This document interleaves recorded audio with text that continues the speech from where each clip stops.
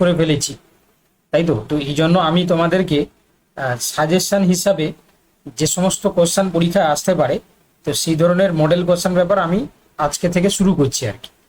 হ্যাঁ, তো এইভাবে যে যে সাবজেক্টগুলো তোমাদের সিলেবাস কমপ্লিট হয়ে যাচ্ছে না, আমরা সেই সাবজেক্টগুলোর হচ্ছে কি রিভিশন হিসাবে এখন প্রত্যেকটা ক্লাসে মানে যে সাবজেক্টগুলোর সাপেক্ষে মডেল কোশ্চেন পেপার আমরা ডিসকাস করব, ঠিক আছে।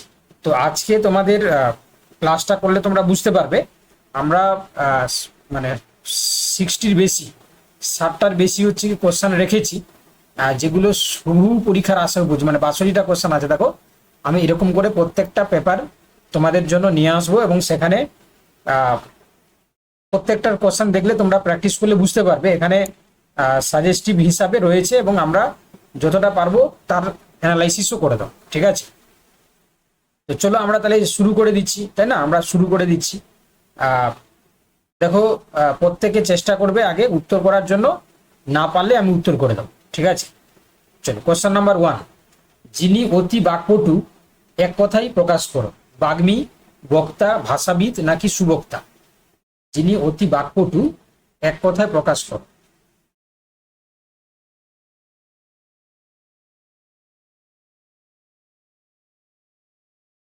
দেখো বাকপটু মানে তোমরা জানো, যিনি কথা বলতে অত্যন্ত পটু বা দক্ষ তাকে আমরা এক কথায় বাগ্মী বলি, তাই না? তাকে আমরা কি বলি? বাগ্মী। আমি দেখতে পাচ্ছি যারা যারা ক্লাস করছো তোমরা কিন্তু সবাই কিন্তু সঠিক উত্তরই বলেছো। তাহলে যিনি মানে অতি বাকপটু মানে যিনি অত্যন্ত পটু বা দক্ষ কথা বলাতে, তিনি হচ্ছে কি তাকে আমরা বাগ্মী বলি, তাই না? আমি দেখতে পাচ্ছি তোমরা সুস্মিতা, প্রত্যয়, মাসুম, সমা, সঙ্গীতা, তোমা, শান্তনু সবাই কিন্তু তোমরা সঠিক উত্তরই বলেছো। চলো কোশ্চেন নাম্বার 2, যিনি উপকারীর উপকার করেন এক কথায় প্রকাশ করো। যিনি উপকারীর উপকার করেন এক কথায় প্রকাশ করো। দেখো কৃতজ্ঞ, কৃতজ্ঞ, নিষ্ঠুর, স্বার্থপর, তাই না? তাহলে কি হবে এখানে? একদম কৃতজ্ঞ হবে, তাই না? কৃতজ্ঞ বলিনি তো আমি। দেখো ভালো করে শোনো, যে ব্যক্তি উপকারের উপকার স্বীকার করে না তাকে আমরা অকৃতজ্ঞ বলি। যে অপকারীর উপকার উপকার স্বীকার করে না, এটা যে তোমরা বি বলেছো না, এটা হচ্ছে কি বলেছিলাম এই একটু কদিন আগেই আমি যে ক্লাসটা করিয়েছিলাম, যে ব্যক্তি উপকারীর উপকারীর উপকারীর উপকার স্বীকার করে না, উপকার স্বীকার করে না, তাকেই আমরা কি বলেছিলাম? অকৃতজ্ঞ। কিন্তু এখানে বলেছে যিনি উপকারীর উপকার করেন, উপকার করেন। ভালো করে দেখো, তোমরা জানি না কেন ভুল করলে, আমি এর আগের ক্লাসেই বলে দিয়েছিলাম, তাহলে তাকে আমরা কৃতজ্ঞ বলবো, তাই না? Option A is the right answer. Clear? বুঝতে পারছো তো তোমরা? চলো, যার শত্রু নেই এক কথায় প্রকাশ করো। যার শত্রু নেই এক কথায় প্রকাশ করো। তাহলে অজাত শত্রু নাকি নিঃশত্রু, বন্ধুপ্রিয় নাকি শান্তিপ্রিয়? প্রত্যেকে উত্তর বলো। হ্যাঁ বলবে ভাই। ক্লাস নিচ্ছি, বলো। হুম। না না, আমি পড়াই না। কিন্তু হচ্ছে কি এখন ব্যাচ নেই, আমি এখন অনলাইন পড়াচ্ছি। আমি ক্লাস তাহলে পরে কথা বলি আমি। হুম হুম হুম। দেখো, যার শত্রু নেই এক কথায় প্রকাশ করো, তাই না? যার শত্রু নেই, তাহলে তোমরা বলছো যে এ অজাত শত্রু, তাই তো? তাহলে কি হবে? যার শত্রু নেই সে হচ্ছে কি তোমার অজাত শত্রু। যার শত্রু নেই তার হচ্ছে অজাত শত্রু। আমরা জানি যার কোনো শত্রু জন্মায়নি বা নেই তাকে আমরা অজাত শত্রু হিসাবে বলে থাকি। তাহলে option A is the right answer. চলো কোশ্চেন নাম্বার 4, ছেলেটি নদীতে স্নান করে। তাহলে নদীতে কোন কারক? তোমাদেরকে বলেছিলাম না, যদি এখানে প্রশ্ন করি কোথায় স্নান করে না নদীতে, তাহলে এখানে নদীতে যেহেতু আছে না, যেখানে দাগ থাকবে তাকেই প্রশ্ন করো যে কোথায় চান করে না নদীতে চান করে। তাহলে যে কোথায় যদি আমরা জিজ্ঞাসা করি তাহলে কি হয়ে গেল? তাহলে স্থান, তোমার পড়ার স্থান বা আধার এখানে হচ্ছে নদী, তাহলে ক্রিয়া সম্পাদনের স্থান বা আধার বোঝালে আমরা অধিকরণ কারক বলি, তাই না? তাও দেখো আমি তোমাদের যাতে না গুলিয়ে যায়, যাতে আমি আবার রিভাইজ করতে পারি, তার জন্য দেখো এখানে একটা টেবিল করে দিয়েছি। তো দেখো কর্তৃকারকের ক্ষেত্রে মনে রাখবে যে ক্রিয়া সম্পন্ন করে কে বা কারা, হ্যাঁ তিসা বই পড়ে। তাহলে কে বই পড়ে না তিসা বই পড়ে, কে বা কারা দিয়ে প্রশ্ন করো। তাহলে দেখো এখানে কর্তৃকারক, কর্মকারক হলে কি বা কাকে, যাকে আশ্রয় করে কর্তা ক্রিয়া সম্পাদন করে। ডাক্তার ডাক, তাহলে কাকে ডাক, না ডাক্তার, তাহলে ডাক্তার এখানে হচ্ছে কি কর্মকারক। করণকারক কি হয়, ক্রিয়া সম্পাদনের যন্ত্র, উপায় বা সহায়, কি দিয়ে কি উপায়ে, তাই না, তাহলে তিসা কলম দিয়ে লিখে, কি উপায়ে বা কি দিয়ে লিখে, না কলম দিয়ে লিখে, তাহলে এখানে কি হয়ে যাচ্ছে, না করণকারক।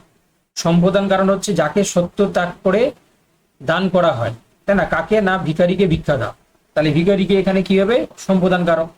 আর তো একটু আগেই বললাম অধিকরণ কারকে কি হয়, কথা থেকে বা কথায়, গাছ থেকে পাতা পড়ে, তাহলে কথা থেকে পাতা পড়ে না গাছ থেকে, কথা থেকে মানে এখানে গাছের নিচে দাগ থাকলে আমরা উপাদান কারক।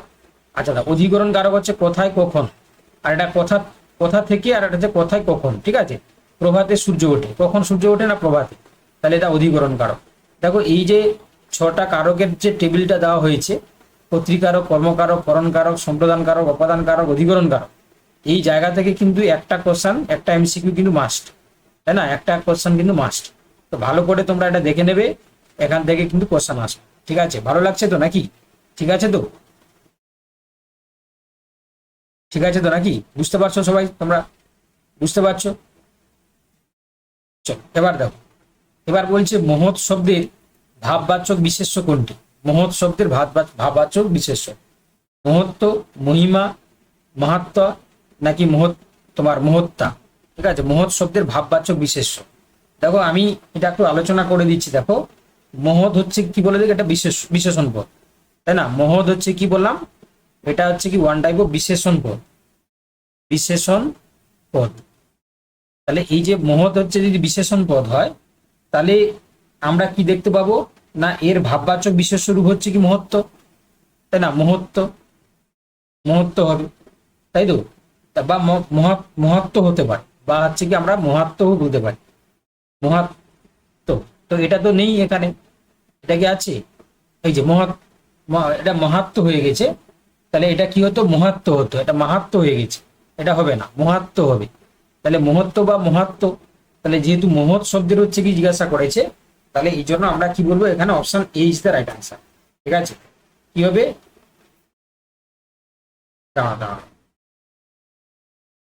এ ইজ দ্য রাইট আনসার, ঠিক আছে। তাহলে উত্তর কি হবে, option A is the right answer. Question number 6, দেখো বাংলা গদ্যের জনক কাকে বলা হয়, এটা আশা করি সবাই পারবে, তাই না। আমি জানি না এমন কেউ আছে যে পারবে না, সবাই পারবে। দেখো বিদ্যাসাগর, রবীন্দ্রনাথ ঠাকুর, বঙ্কিমচন্দ্র, নাকি মধুচন্দ্র। তো দেখো এটা আমরা ঈশ্বরচন্দ্র বিদ্যাসাগরকে বলি, তোমরা জানো।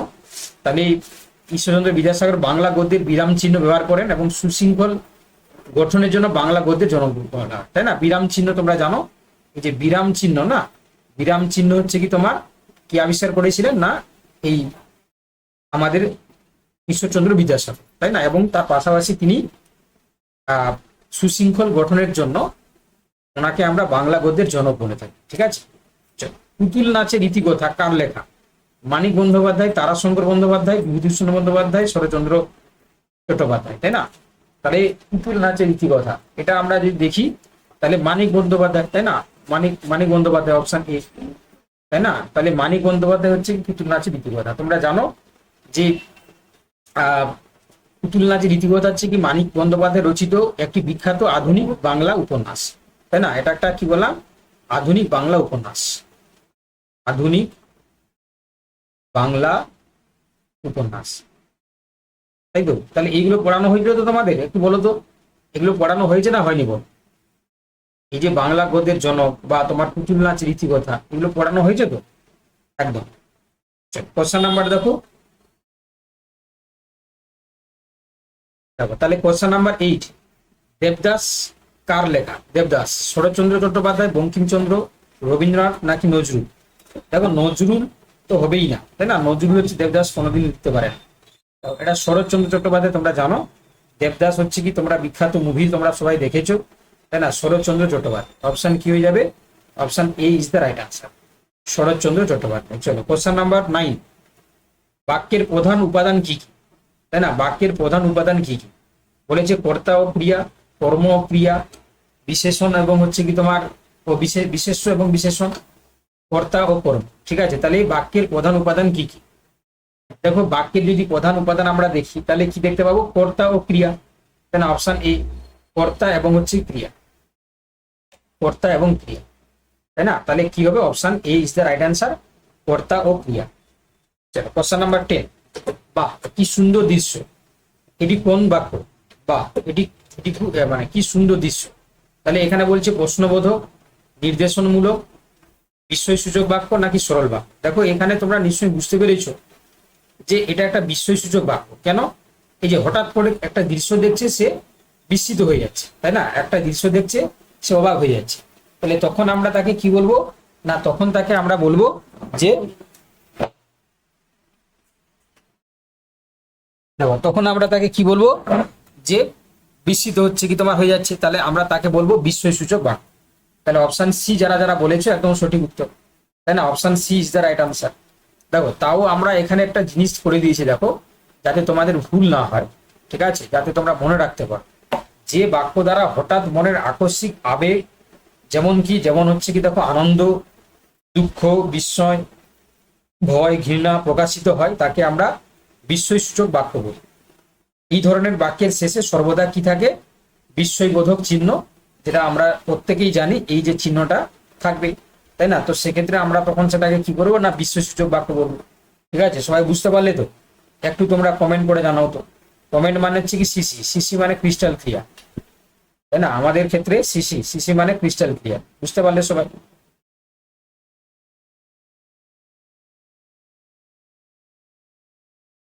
যা, মাত্র হচ্ছে কি আমি দেখতে পাচ্ছি 4 থেকে 5 জন বলেছি। ক্লাস করছে কজন? ক্লাস করছে হচ্ছে কি তোমার প্রায় হচ্ছে কি 19 জন, তাই না? সবাইকে বলতে হবে, তাই না? সবাইকে বলতে হবে একদম। দেখো তাহলে পরে কোশ্চেনে যাচ্ছি। দেখো কোশ্চেন নাম্বার 11 বলেছে, যে বাক্যে একটি প্রধান ও এক বা একাধিক অপ্রধান খণ্ড বাক্য থাকে তাকে আমরা কি বলি? তাই না? যে বাক্যে একটি প্রধান এবং এক বা একাধিক অপ্রধান বাক্য থাকবে তাকে আমরা কি বলি? প্রত্যেকে বলো, যারা যারা ক্লাস করছো সবাই সবাই বলো।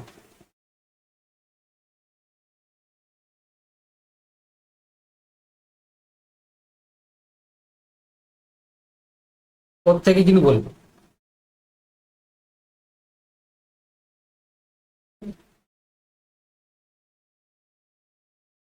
তাই না? প্রত্যেকে বলবে। তাহলে এটা আমরা প্রত্যেকেই বলতে পারবো।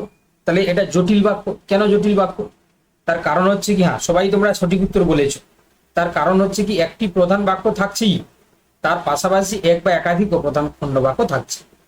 তো দেখো তাও দেখো আমরা এটা আগেও পড়িয়েছি, বাক্যের শ্রেণীবিন্যাস তোমাদেরকে প্রথম ক্লাসের সেকেন্ড ক্লাসটা পড়ানো হয়েছে। তো সেটার ক্ষেত্রেও দেখো আমি আবার তোমাদের জন্য করে দিয়েছি যে এখানে মূলত 3টি বাক্যের ক্ষেত্রে এসে থাকে, নর্মালি সরল বাক্য আসে না। তাও তোমরা দেখে নাও, যে বাক্যে একটি মাত্র কর্তা থাকবে, মানে যেটা উদ্দেশ্য থাকবে, আর একটা মাত্র সমাপিকা ক্রিয়া বা যেটা বিধেয়। তো সেক্ষেত্রে আমরা যদি দেখি যে একটা কর্তা বা উদ্দেশ্য থাকছে আর একটা হচ্ছে সমাপিকা ক্রিয়া বা বিধেয় থাকছে, তখন সেক্ষেত্রে আমরা তাকে কি বলছি? সরল বাক্য। যেমন দেখো পাখিরা আকাশে ওড়ে, তো বুঝতেই পারছো কর্তা এখানে হচ্ছে কি পাখিরা, তাই না? আর বিধেয় হচ্ছে সমাপিকা ক্রিয়া হচ্ছে কি ওড়ে, তাই না? তো সেক্ষেত্রে এটাকে আমরা বলছি কি সরল বাক্য। কেন না, যেহেতু একটা মাত্র কর্তা আছে, একটা মাত্র সমাপিকা ক্রিয়া রয়েছে। এবার যদি জটিল বাক্য বা মিশ্র বাক্য হয় তখন আমরা কি দেখতে পাবো? যে বাক্যে একটি প্রধান খণ্ড বাক্যের উপর এক বা একাধিক আশ্রিত খণ্ড বাক্য নির্ভর করে, তাই না? তাহলে কি বললাম?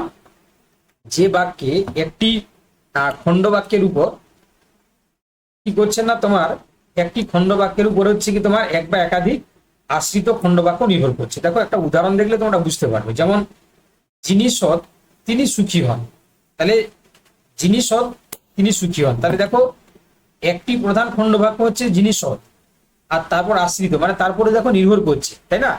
মানে দুটো আলাদা আলাদা হচ্ছে না। দেখো এখানে তার প্রথম বাক্যে মানে প্রধান বাক্যের উপর কিন্তু নির্ভর করছে, না হলে তারপর নির্ভর না করলে কিন্তু দ্বিতীয় বাক্যের কোনো মানেই হয় না, তাই না? যদি আমি প্রথম বাক্যটাকে বাদ দিয়ে দিই যিনি সৎ, তাহলে তিনি সুখী হন, এই এই লাইনের কোনো মিনিং কিন্তু আসছে না। তাহলে প্রথম বাক্যের উপরে যদি দ্বিতীয় বাক্যটা হচ্ছে কি তোমার মানে দ্বিতীয় খণ্ডটা যদি পুরোটাই নির্ভর করে থাকে, তখন সেটাকে আমরা মিশ্র বাক্য বা জটিল বাক্য বলবো। আর যৌগিক বাক্য আমরা তাকেই বলবো দুই বা ততোধিক সরল বা জটিল বাক্য এবং কিন্তু অথবা এই সমস্ত অব্যয় দ্বারা যুক্ত থাকবে, হ্যাঁ, দিয়ে একটি পূর্ণাঙ্গ বাক্য গঠন করে, যেমন ছেলেটি দরিদ্র কিন্তু সৎ। ঠিক আছে, ছেলেটি দরিদ্র কিন্তু সৎ, দেখো দুটো কিন্তু, এই দেখো প্রথম বাক্যের উপরে কিন্তু দ্বিতীয় বাক্য নির্ভর করছে না, কারণ এটা একটা মিনিং আছে। কিন্তু সৎ, সে সৎ মানে সে হচ্ছে কি তোমার অসৎ নয়। তাহলে এই জন্য দেখো এখানে আমরা কিন্তু বলছি কিন্তু এবং অথবা এই ধরনের যদি অব্যয় যদি যুক্ত হয় তখন তাকে আমরা কি বলবো, যৌগিক বাক্য। আচ্ছা, একটু তোমরা আমাকে জানাও তো সবাই বুঝতে পারলে কিনা, তাই না? কি করে জানাবে? সিসি লিখবে, সিসি মানে ক্রিস্টাল ক্লিয়ার।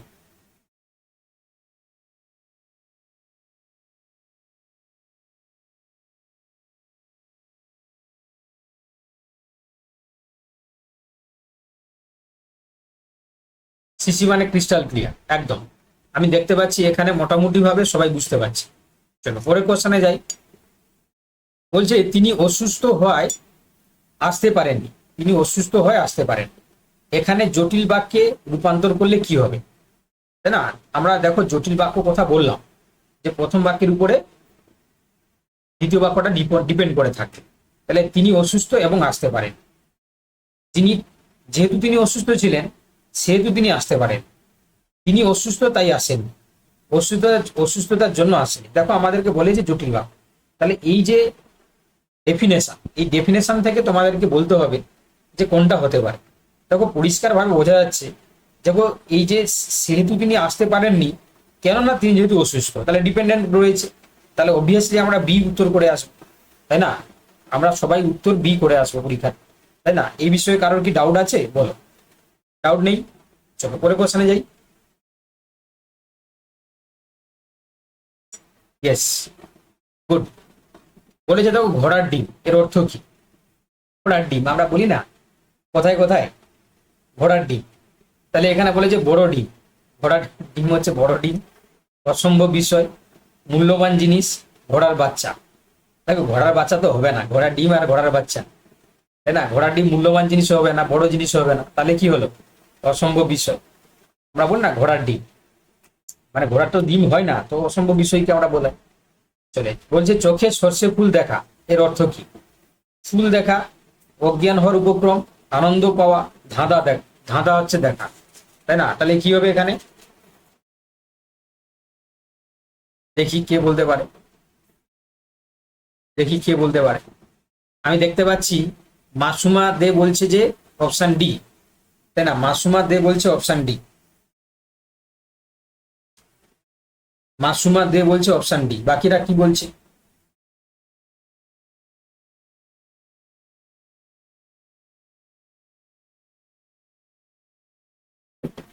মাসুমা দে বলছে অপশন ডি। আচ্ছা, বি ও বলছে আবার এও বলছে, অঙ্কন বলছে এ। কি করে এ হচ্ছে বাবা? চোখে সর্ষে ফুল দেখা মানে সে ফুল দেখছে?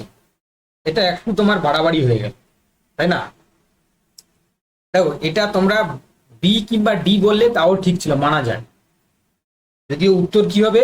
অপশন বি হবে, অজ্ঞান হওয়ার উপক্রম। কেন না, যেহেতু দেখো আমরা চোখে সর্ষে ফুল দেখি না, মানে এমন একটা পরিস্থিতির মধ্যে আমরা শিকার হই যেখানে হচ্ছে কি আমরা বিপদে দিশেহারা হয়ে যাওয়া, অজ্ঞান হওয়ার উপক্রম হওয়া, তাই না? তাহলে হঠাৎ মানে হঠাৎ করে বিপদে পড়ে বা ধাঁধিয়ে গিয়ে দিশেহারা হয়ে পড়াকে আমরা কি বলি? চোখে সর্ষে ফুল দেখা, তাই না? ধরো তুমি কি করলে, পরীক্ষা দিতে গেলে, তাই না? তুমি হচ্ছে কি তোমার গ্রাম পঞ্চায়েতের পরীক্ষা দিতে গেলে, গিয়ে তুমি দেখলে প্রশ্ন এমন এসছে যে ইউপিএসসি লেভেলের প্রশ্ন, তাই না? দিয়ে তুমি দেখলে চোখে সর্ষে ফুল দেখছো, তাই না? তাহলে তখন হচ্ছে কি অজ্ঞান হওয়ার উপক্রম হওয়া, আচমকা তুমি পড়ে গেলে, তাই না? বা দেখলে হচ্ছে তুমি রাস্তা দিয়ে যাচ্ছ, অন্ধকার রাস্তা, হঠাৎ করে ভূত এসে তোমার সামনে দাঁড়িয়ে গেল, যদিও বাস্তবে ভূত নেই, তাহলে তুমি কি করবে? সেখানে চোখে সর্ষে ফুল দেখবে না, অজ্ঞান হওয়ার উপক্রম চলে আসবে তোমার। তাহলে এখানে কি হবে? Option B. জলে কুমির ডাঙায় বাঘ, এর অর্থ কি? চারদিকে বিপদ, বনে যাওয়া, নদী পার হওয়া, শিকার করা। তাহলে জলে কুমির ডাঙায় বাঘ আমরা বলি না, বা বলি যে যেখানে সন্দেহ হয় সেখানে ভূতের ভয়, তাই না? যেখানে বাঘের ভয় সেখানে সন্দেহ হয়, এটা আমরা বলি। তো সেক্ষেত্রে দেখো এখানে জলে কুমির ডাঙায় ডাক মানে ডাঙায় বাঘ, তাহলে এটা মানে হচ্ছে চারদিকে বিপদ, মানে যেদিকে তুমি যাবে সেদিকেই বিপদ। চলো, এগুলো ঠিক করে আসবে তোমরা, আমি জানি। তাসের ঘর এর অর্থ কি? সুন্দর বাড়ি, অস্থায়ী ব্যবস্থা, খেলার ঘর নাকি বড় ঘর?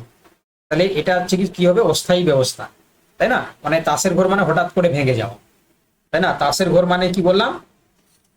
তাসের তৈরি ঘর যেমন সামান্য বাতাসেই ভেঙে পড়ে, তেমনি অতি ক্ষণস্থায়ী বা ক্ষণভঙ্গুর ব্যবস্থাকে আমরা কি বলি? তাসের ঘর বলি, তাই না? চলো, কোশ্চেন নাম্বার 17। অনবরত এর বিপরীত শব্দ কি হবে? সরি, ভুল পড়েছি আমি। অবনত। অবনত এর বিপরীত শব্দ কি হবে? অবনত হওয়া মানে কি গো? কারোর কাছে তো আমি অবনত হয়ে গেলাম, মানে তার কাছে আমি নিচু হয়ে গেলাম, তাহলে এর উন্নত হবে। বিপরীত শব্দ যদি বলেছি তাহলে উন্নত। অবনত, উন্নত। চলো, বর। বর, তাই না? এর স্ত্রীলিঙ্গ কি হবে? বর। বধূ, বরী, বরানী নাকি বরিকা? তাহলে বর মানে হচ্ছে বধূ, এটা ভাবার কিছু কারণ নেই, এখন বিয়ের সিজন চলছে তোমরা জানো।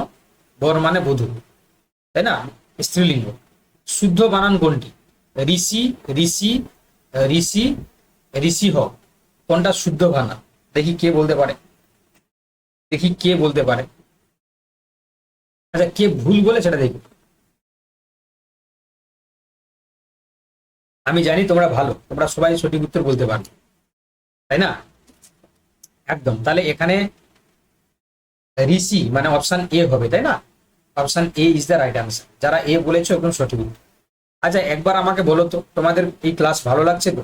একবার জানাও তো, এই কোশ্চেন ঠিক আছে, ক্লাস ভালো লাগছে তো?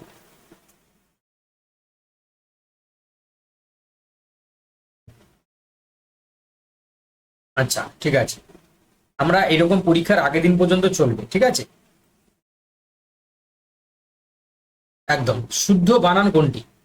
শুদ্ধ বানান কোনটি? বলছে স্বাধীনতা, স্বাধীনতা, স্বাধীনতা নাকি স্বাধীনতা? কোনটা শুদ্ধ বানান, তাই না? কোনটা শুদ্ধ বানান? তাহলে আমরা প্রত্যেকেই জানি option A is the right answer, স্বাধীনতা। চলো, শুদ্ধ বানান কোনটি? সমীচীন, সমীচীন, সমীচীন নাকি সমীচীন? তাই না? এটা যে বলতে পারবে সে কিন্তু, তার কিন্তু ভালো, তাই না?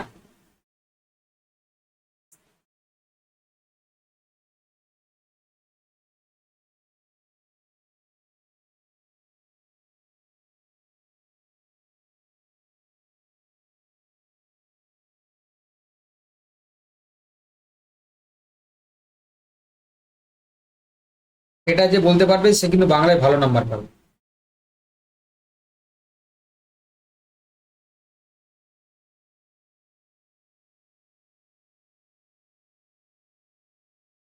দেখো, তাহলে কি হবে? শুদ্ধ বানান কোনটি? উত্তর হবে তোমার সমীচীন, অপশন এ। দুটোই হচ্ছে কি দীর্ঘইকার, তাই না? দুটোই দীর্ঘইকার। চলো, আমি দেখতে পাচ্ছি অনেকেই কিন্তু ভুল করেছে, অনেকে সি বলেছে, তাই না? দেখো, তোমরা জানি না কেন সি বলেছো, উত্তর হবে অবশ্যই হচ্ছে অপশন এ। সমীচীন বানানে দুটি দীর্ঘইকার, তাই না, ব্যবহৃত হয়। তাহলে সেক্ষেত্রে আমরা অপশন এ যারা যারা বলেছে, আমি জানি এটা ভুল করবে তোমরা, এই জন্য কোশ্চেনটা দেওয়া আছে, তাই না? আচ্ছা, দিগন্ত শব্দের সন্ধি বিচ্ছেদ কোনটি? দিগন্ত, দিগন্ত শব্দের সন্ধি বিচ্ছেদ কোনটি? তাহলে দেখো, দিগন্ত মানে দিক যুক্ত অন্ত, দিক হর্ষণ আসবে, তাহলে এখানেও দিক আছে, এখানেও দিক আছে, কিন্তু অন্ত আসবে, তাই না? অন্ত, অনন্ত নয়, অন্ত, তাহলে দিক যুক্ত অন্ত, দিগন্ত, ঠিক আছে? চলো, কোশ্চেন নাম্বার 23। নমস্কার শব্দের সন্ধি বিচ্ছেদ কোনটি? নমস্কার শব্দের সন্ধি বিচ্ছেদ কোনটি? দেখো, নমঃ যুক্ত কার, তাই না? নমঃ যুক্ত কার, তাহলে বিসর্গ সন্ধির নিয়ম অনুযায়ী বিসর্গ এর পর ও থাকলে বিসর্গ স্থানে দন্তেশ হয়, তাহলে কি হবে? নমস্কার হচ্ছে নমঃ যুক্ত কার, তাহলে option A is the right answer. চলো, এবার কোশ্চেন নাম্বার 24 বলেছে সদৈব শব্দের হচ্ছে সন্ধি বিচ্ছেদ কোনটি? সদৈব, তাহলে সদা যুক্ত এব, সদৈব, তাই না? সদা, এখানেও সদা, এখানেও সদা আছে, তাহলে এখানেও সদা আছে, তাহলে এটা হবে, তাই না? অপশন এ হবে, সদা যুক্ত এব। ও হর্ষণ হবে না, সদা যুক্ত এব, এটা হিন্দিতে লেখা হয়ে গেছে, তাহলে কি হবে? সদা যুক্ত এব, সদৈব। চলো, কোশ্চেন নাম্বার 25। যথেষ্ট, যথাযুক্ত ইষ্ট হয়, তাই না? তাহলে কি হবে? যথেষ্ট মানে যথাযুক্ত ইষ্ট, option A is the right answer, তাই না? যথাযুক্ত ইষ্ট। চলো কোশ্চেন নাম্বার 26, জলের সমার্থক শব্দ কোনটি? সলিল, অনল, মরুদ, গগন, তাই না? তাহলে জল শব্দের হচ্ছে কি তোমার, তোমরা জানো জলকে আমরা বাড়ি বলি, নীর বলি, অম্বু বলি, সলিল বলি। তাহলে সলিল ইজ দ্য রাইট অ্যান্সার, তাই না? আর অনিল মানে বাতাস, অনিল মানে, অনল মানে হচ্ছে অনিল মানে বাতাস, মরুদ মানে বাতাস, গগন মানে আকাশ, তাই না? তাহলে এখানে কি হবে? সলিল মানে জল, জলকে আমরা সলিল বলতে পারি, তাই না? জল। আর কি কি বললাম জলের ক্ষেত্রে? বাড়ি, নীর, অম্বু, তাই না? এগুলো হচ্ছে কি সব জলের সমার্থক শব্দ। ঠিক আছে তো? বুঝতে পারছো তোমরা? বুঝতে পারছো সবাই? ক্লিয়ার তো? একটু সিসি বলে লিখো, সিসি মানে ক্রিস্টাল ক্লিয়ার, তাই না?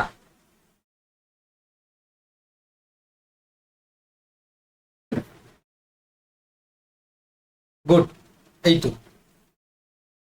চলো দেখো, এবার দেখো বলছে দরিদ্রকে সাহায্য করো। এখানে দরিদ্রকে কোন কারক? তাহলে কাকে সাহায্য করো? দরিদ্রকে। তাহলে কাকে দিয়ে প্রশ্ন করলে আমরা কি বললাম? তাহলে সম্প্রদান কারক, তাই না? সত্য ত্যাগ করা বা নিঃস্বার্থভাবে কাউকে দান করা, তাই না? তাহলে দরিদ্রকে দান করো, সাহায্য করো। তাহলে কাউকে তুমি দান করাকে মানে হচ্ছে কি তোমার সম্প্রদান সম্প্রদান করা, তাই না? তাহলে option A is the right answer. তুমি তো আর ফেরত নেবে না, তাকে পুরোটা দিয়ে দিচ্ছ।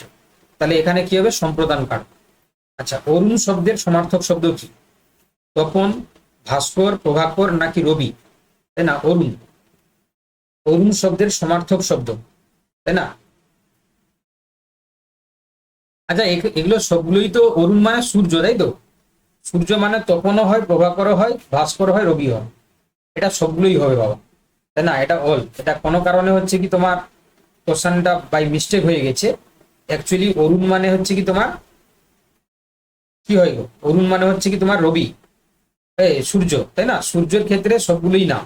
সূর্য মানে তপন, সূর্য মানে প্রভাকর, সূর্য মানে ভাস্কর, সূর্য মানে রবি, সূর্য মানে হচ্ছে কি তোমার অরুণ, তাই না? 27টা কি করে বি হবে বাবা? কর্মকারক নয়, কারণ এখানে যে দরিদ্রকে সাহায্য করো, দেখো ভালো করে শুনবে। সত্য ত্যাগ করা বা নিঃস্বার্থভাবে কাউকে কিছু দান করলে যাকে দান করা হয় সে সম্প্রদান কারক হয়। তাহলে দরিদ্রকে এখানে বলেছে না, তাহলে দরিদ্রকে, তাহলে তুমি দরিদ্রকে কি করছো? দান করছো, তাই না? তাহলে সেক্ষেত্রে আমরা এখানে সম্প্রদানের কারণ বলবো। কেন? না, যেহেতু এখানে সত্য ত্যাগ করে বা নিঃস্বার্থভাবে কাউকে কিছু দিলে তাকে আমরা কি বলি? না, সম্প্রদান কারক। ঠিক আছে, সেই সাপেক্ষে বলবো আর কি। ঠিক আছে, এটা মনে রাখবে, আমি আগের দিন ক্লাসেও বলেছিলাম, খেয়াল করোনি তুমি। চলো কোশ্চেন নাম্বার হচ্ছে কি 29, রাম লক্ষণ কোন সমাজ? রাম লক্ষণ, এটা তো তোমরা পারবে। আমরা ক্লাস 9-10 এগুলো খুব আনন্দের সঙ্গে করতাম। মানে এগুলো পড়া মানে হচ্ছে কি আমরা ভুল করবো না, এরকম একটা পরিস্থিতি। কি হয় বলো দেখি? একদম। তাহলে রাম ও লক্ষণ দ্বন্দ্ব সমাজ, তাই না? রাম লক্ষণ দুই ভাই, তোমরা জানো, রাম ও লক্ষণ। তাহলে এখানে কি হবে? দ্বন্দ্ব সমাজ। যদি আমরা দুটোকে ও দিয়ে যুক্ত করি তখন দ্বন্দ্ব সমাজ হয়। দেখো বাংলা ব্যাকরণে যে সমাজে প্রতিটি পদের অন্যান্য অর্থের সমান প্রাধান্য থাকে এবং বেশ বাক্যে ও এবং বা সংযোজন অব্যয় দ্বারা ব্যবহার করা হয় তাকে আমরা দ্বন্দ্ব সমাজ বলি, তাই না? নদী এর সমার্থক শব্দ কোনটি? তটিনী, অর্ণব, বারিধি নাকি সিন্ধু? তাই না? নদী। দেখো নদী মানে হচ্ছে কি তোমরা জানো তার সমার্থক শব্দ হচ্ছে কি তোমার তটিনী, তাই না? তটিনী হবে অপশন এ। তার কারণ দেখো এখানে আমরা আরো বলতে পারি তটিনী, স্রোতস্বিনী, তরঙ্গিনী, এগুলো সমস্ত কিন্তু নদীর সমার্থক শব্দ। কি বললাম? তটিনী লিখে দেবো, বাকিগুলো স্রোতস্বিনী, স্রোতস্বিনী, আর কি বললাম? তরঙ্গিনী, তরঙ্গিনী, প্রবাহিনী বলতে পারো। আচ্ছা, এবারে এগুলো সব। আর অর্ণব, বারিধি, সিন্ধু, এগুলো কি বলে দেখি? অর্ণব, সিন্ধু, বারিধি, এগুলো সব হচ্ছে কি তোমার সমুদ্রের হচ্ছে কি তোমার সমার্থক শব্দ। সমুদ্র, সমুদ্রকে আমরা বলতে পারি অর্ণব, বারিধি, সিন্ধু, এগুলো বলতে পারি আমরা, তাই না? চলো, আচ্ছা এখানে লেখা আছে দেখো, স্রোতস্বিনী, স্রোতস্বতী, তরঙ্গিনী, প্রবাহিনী, সরিত, শৈবালিনী, এগুলো সব হচ্ছে নদীর শব্দের হচ্ছে সমার্থক শব্দ, তাই না? এগুলো সবই হচ্ছে কি দেখো তোমার নদী শব্দের হচ্ছে কি তোমার সমার্থক শব্দ। ঠিক আছে, মনে থাকবে তো? মনে রাখবে তো নাকি? একদম। চলো কোশ্চেন নাম্বার 31, পুত্র এর স্ত্রীলিঙ্গ কি? পুত্র বলেছে কন্যা বা পুত্রী, পুত্রিকা, পুত্রানী, পুত্রিকা, তাই না? তাহলে এখানে স্ত্রীলিঙ্গ বলেছে, আশা করি এটা কেউ ভুল করবে না পরীক্ষায় এলে। আমি আর উত্তর বললাম না, তোমরা আশা করি পেরেছো সবাই। চলো পরের কোশ্চেন, কোশ্চেন নাম্বার 32, কোন শব্দ কোনটি শুদ্ধ বানান? শুদ্ধ বানান কোনটি? প্রতিযোগিতা, প্রতিযোগিতা, তাই না? কোনটা হচ্ছে প্রতিযোগিতার শুদ্ধ বানান? তাহলে উত্তর হয়ে যাবে অপশন এ, প্রতিযোগিতা, তাই না? ও ওরে ফোলা তহে হর্ষইকার, বর্গজ ওকার, দয় হর্ষইকার তয়াকার, তাই না? প্রতিযোগিতা, তাই না? Option A is the right answer. চলো কোশ্চেন নাম্বার 33, মূর্খ শব্দের বিশেষ্য রূপ কোনটি? মূর্খ, তাই না? তাহলে মূর্খ তোমরা জানো, যার জ্ঞান নেই, যার মাথায় বুদ্ধি নেই, যে পড়াশোনা করেনি, তাকে আমরা বলি মূর্খ। তাহলে মূর্খ হচ্ছে কি তোমার বিশেষ রূপ হচ্ছে কি হয়? মূর্খতা, তাই না? মূর্খ হলো হচ্ছে কি, তাহলে মূর্খটা কি বলে দেখি, এটা এটা কি শব্দ? এটা হচ্ছে কি তোমার অ্যাকচুয়ালি বিশেষণ, বিশেষণ। আর মূর্খতা এটা কি হবে? যেহেতু বিশেষ্য বলেছে, তাহলে মূর্খতা ইজ দ্য রাইট অ্যান্সার। চলো কোশ্চেন নাম্বার 34, চন্দ্র সূর্য কোন সমাস? তাই না? চন্দ্র সূর্য দেখো দুটো আলাদা আলাদা রয়েছে, চন্দ্র ও সূর্য। একটু আগেই করালাম আমরা, একটা দ্বন্দ্ব সমাস। চলো কোশ্চেন নাম্বার 35, বিদ্যুতের সমার্থক শব্দ কোনটি? বিদ্যুৎ, চপলা, তরঙ্গ, সমীরণ, তটিনী। তাহলে বিদ্যুৎ শব্দের হচ্ছে সমার্থক শব্দ হচ্ছে কি চপলা, তাই না? Option A is the right answer, তাই না? চপলা। তাহলে আমরা আরো বলতে পারি চপলা, বিজলি, সৌদামিনী, তড়িৎ, এগুলো সমস্ত কিন্তু বিদ্যুতের সমার্থক শব্দ, ঠিক আছে? মনে রাখবে। আচ্ছা, গজানন শব্দের সন্ধি বিচ্ছেদ কোনটি? গজানন শব্দের সন্ধি বিচ্ছেদ কোনটি? তোমরা নিশ্চয়ই জানো, গজ যুক্ত আনন, তাই না? গজানন, গজ যুক্ত আনন। তাহলে উত্তর কি হয়ে যাবে? অপশন এ, একদম। আচ্ছা, কোনটি শুদ্ধ বানান? আশীর্বাদ, আশীর্বাদ হচ্ছে কি পরীক্ষায় আসে, তাহলে আশীর্বাদ হচ্ছে কি আ তালবেশ দীর্ঘইকার বৈরব আকার দ, তাই না? Option A is the right answer. চলো, অভিনেতা এর স্ত্রীলিঙ্গ কি? অভিনেতার ক্ষেত্রে আমরা স্ত্রীলিঙ্গ অভিনেত্রী বলতে পারি, option A is the right answer, তাই না? অভিনেত্রী। চলো, নির্দোষ শব্দের সন্ধি বিচ্ছেদ কি হবে? সবাই বলো, নির্দোষ শব্দের সন্ধি বিচ্ছেদ কি হবে? তাহলে রেপকার আছে মানে কি হবে? বিসর্গ আসবে, নি যুক্ত দশ। দেখো কোথাও বিসর্গ নেই, তাহলে যেগুলো বিসর্গ নেই কেটে দাও, কারণ দেখো এখানে রেপ আছে। তাহলে আমরা এখান থেকে উত্তর করে দেবো অপশন এ। অচল শব্দের বিপরীত শব্দ কি হবে? অচল, সচল, স্থির, স্থায়ী, কঠিন। তাহলে অচল শব্দের বিপরীত শব্দ হবে সচল, তাই না? Option A is the right answer. চলো কোশ্চেন নাম্বার 41, সাপে বর অর্থ কি? সাপে বর মানে হচ্ছে অভিশাপ। আচ্ছা, মঙ্গল, অমঙ্গল থেকে মঙ্গল লাভ, দুঃখ পাওয়া, পুরস্কার পাওয়া। তাহলে সাপে বর মানে কি হবে? অমঙ্গল থেকে মঙ্গল, মঙ্গল লাভ, তাই না? আমরা বলি না সাপে বর, কারো সাপে মানে হচ্ছে কি ধরো কেউ তোমাকে অভিশাপ দিয়েছে, সেটাই তোমার বর হয়ে গেছে, তাই না? তো সেক্ষেত্রে দেখো সেটাকে আমরা কি বলি? অমঙ্গল থেকে মঙ্গল লাভ, তাহলে তাকে আমরা কি বলি? সাপে বর হওয়া, তাই না? অমঙ্গল থেকে মঙ্গল হওয়া। সোনার পাথর বাটি এর অর্থ কি? সোনার পাথর বাটি হচ্ছে কি হবে? তাহলে সোনার পাথর বাটি হচ্ছে কি হবে? হ্যাঁ, অসম্ভব কল্পনা। তাহলে সোনার কি পাথর বাটি হয়? এটা হচ্ছে কি তোমার অসম্ভব কল্পনা করাকে বলা হচ্ছে সোনার পাথর বাটি, তাই না? তাহলে পাথরের বাটি কখনো সোনার হতে পারে না, তাই এটি একটি অসঙ্গত বা অবাস্তব বস্তুকে বোঝাচ্ছে।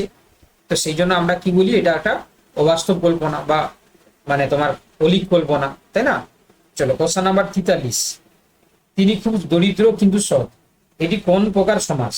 তাই না? তিনি খুব দরিদ্র কিন্তু সৎ, এটি কোন প্রকার সমাস? তাহলে এটা আমরা কি করব? যৌগিক বাক্য বলবো।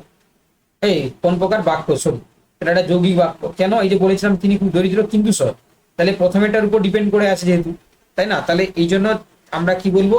এটাকে যৌগিক বাক্য বলবো। চলো কোশ্চেন নাম্বার 44, আচ্ছা, সপ্ত সিন্ধু কোন সমাস? তাই না? সপ্ত সিন্ধু কোন সমাস? কি হবে বলো? দেখো সপ্ত সিন্ধু, তাহলে সাতটি সিন্ধুর সমাহার, তাই না? সাতটি সিন্ধুর সমাহার মানে সপ্ত সিন্ধুর সমাহার। তাহলে সমাহার থাকলে কি আসে গো? সমাহার যদি থাকে তাহলে আমরা সবাই জানি দ্বিগু সমাজ হয়, তাই না? দ্বিগু, তাহলে কি আছে? Option A is the right answer, দ্বিগু সমাজ। চলো, শিরোধার্য শব্দের সন্ধি বিচ্ছেদ কি হবে? শিরোধার্য, দেখো তাহলে শির যুক্ত ধার্য, তাই না? এখানে সির যুক্ত ধার্য কোথায় আছে? অপশন এ তে আছে। তাহলে option A is the right answer. চলো কোশ্চেন নাম্বার 46, দরিদ্র হলেও শেষ হোক বাক্যটি জটিল বাক্য কোনটি? দরিদ্র হলেও শেষ হোক, তাহলে এটা আছে কি কি বাক্য আছে বলে দেখি। আচ্ছা আগে আমাকে বলো এটা কি বাক্য আছে? দরিদ্র হলেও শেষ হোক, তাহলে এটা আছে তোমার ওয়ান টাইপ অফ যৌগিক বাক্য আছে, যৌগিক আছে, এটা যৌগিক আছে, এটাকে আমাকে জটিল বাক্যতে কনভার্ট করতে হবে। তাহলে তাহলে কি হবে? তাহলে যদিও সে দরিদ্র তবুও শেষ হোক, তাই না? তাহলে যদিও সে দরিদ্র তবুও শেষ হোক, এটাই উত্তর হয়ে যাবে। চলো কোশ্চেন নাম্বার 47, বনদেবতা উপন্যাসের লেখক কে? বনদেবতা, খুব ভালো কোশ্চেন। বনদেবতা শব্দের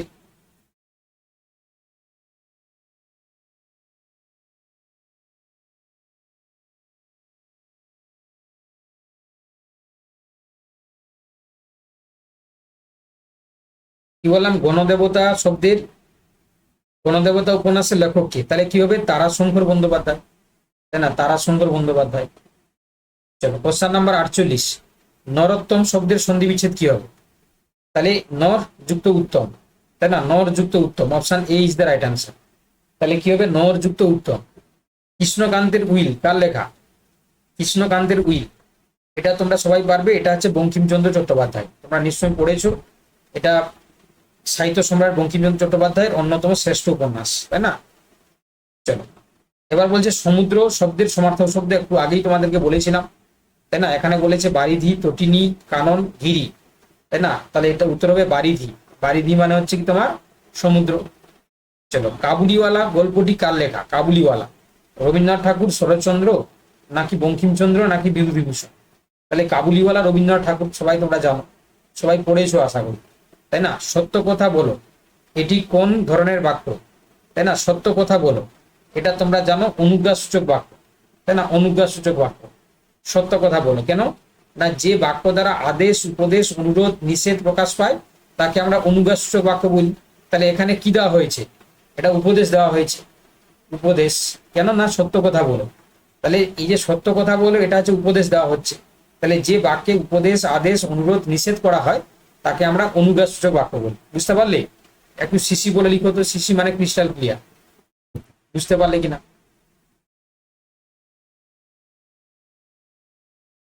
ওকে চলো নেক্সট, পরে কোশ্চেনে যাচ্ছি। আচ্ছা, অধপতন শব্দের অর্থ কি? অধপতন উন্নতি, অবনতি, সাফল্য, জয়লাভ। তাহলে অধপতন শব্দের অর্থ কি হবে? তাহলে অবনতি হওয়া, তাই না? অবনতি, option B is the right answer. তাহলে অধপতন শব্দের অর্থ কি হবে? অবনতি। কোনটি শুদ্ধ বানান? মনীষী, মনীষী, মনীষী নাকি মনীষী, তাই না? কোনটা শুদ্ধ? তাহলে উত্তর হয়ে যাবে অপশন এ মনীষী। দুটোই হচ্ছে কি তোমার দীর্ঘইকার হবে। চলো শশাঙ্ক শব্দের অর্থ কি? সূর্য, চন্দ্র, তারা, গ্রহ, তাই না? শশাঙ্ক শব্দের খুব গুরুত্বপূর্ণ কোশ্চেন, পরীক্ষায় বারবার আসে। তাহলে কি হবে? চন্দ্র। চন্দ্রের আরো নাম রয়েছে, শশাঙ্ক, চাঁদ, হিমাংশু, সুধাংশু, তাই না?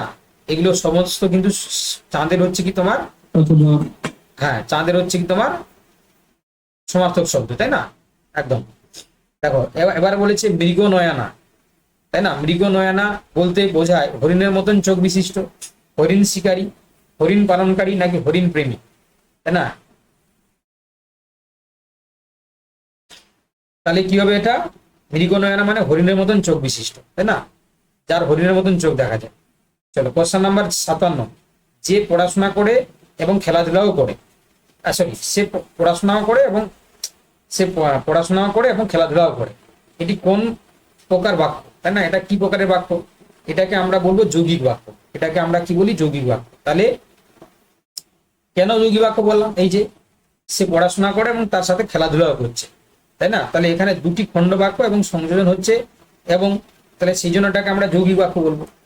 চলো নেক্সট, এবার দেখো নেক্সট, এবার বলছে দেখো অকাল কুষ্মাণ্ড বাগধারাটি অর্থ কি? অকাল কুষ্মাণ্ড মানে অপদার্থ ব্যক্তি, অপদার্থ। অকাল কুষ্মাণ্ড মানে যে কিছুই পারে না, যে কিছুই পারে না। অকাল কুষ্মাণ্ড মানে অকালে জাত কুমড়ো, যেমন কোনো কাজে লাগে না, তেমনি অকর্মণ্য বা অপদার্থ ব্যক্তি কে আমরা বোঝাতে এই বাগধারাটি ব্যবহার করি, তাই না? তাহলে অকাল কুষ্মাণ্ড মানে অপদার্থ ব্যক্তি, যে কিছুই করতে পারে না।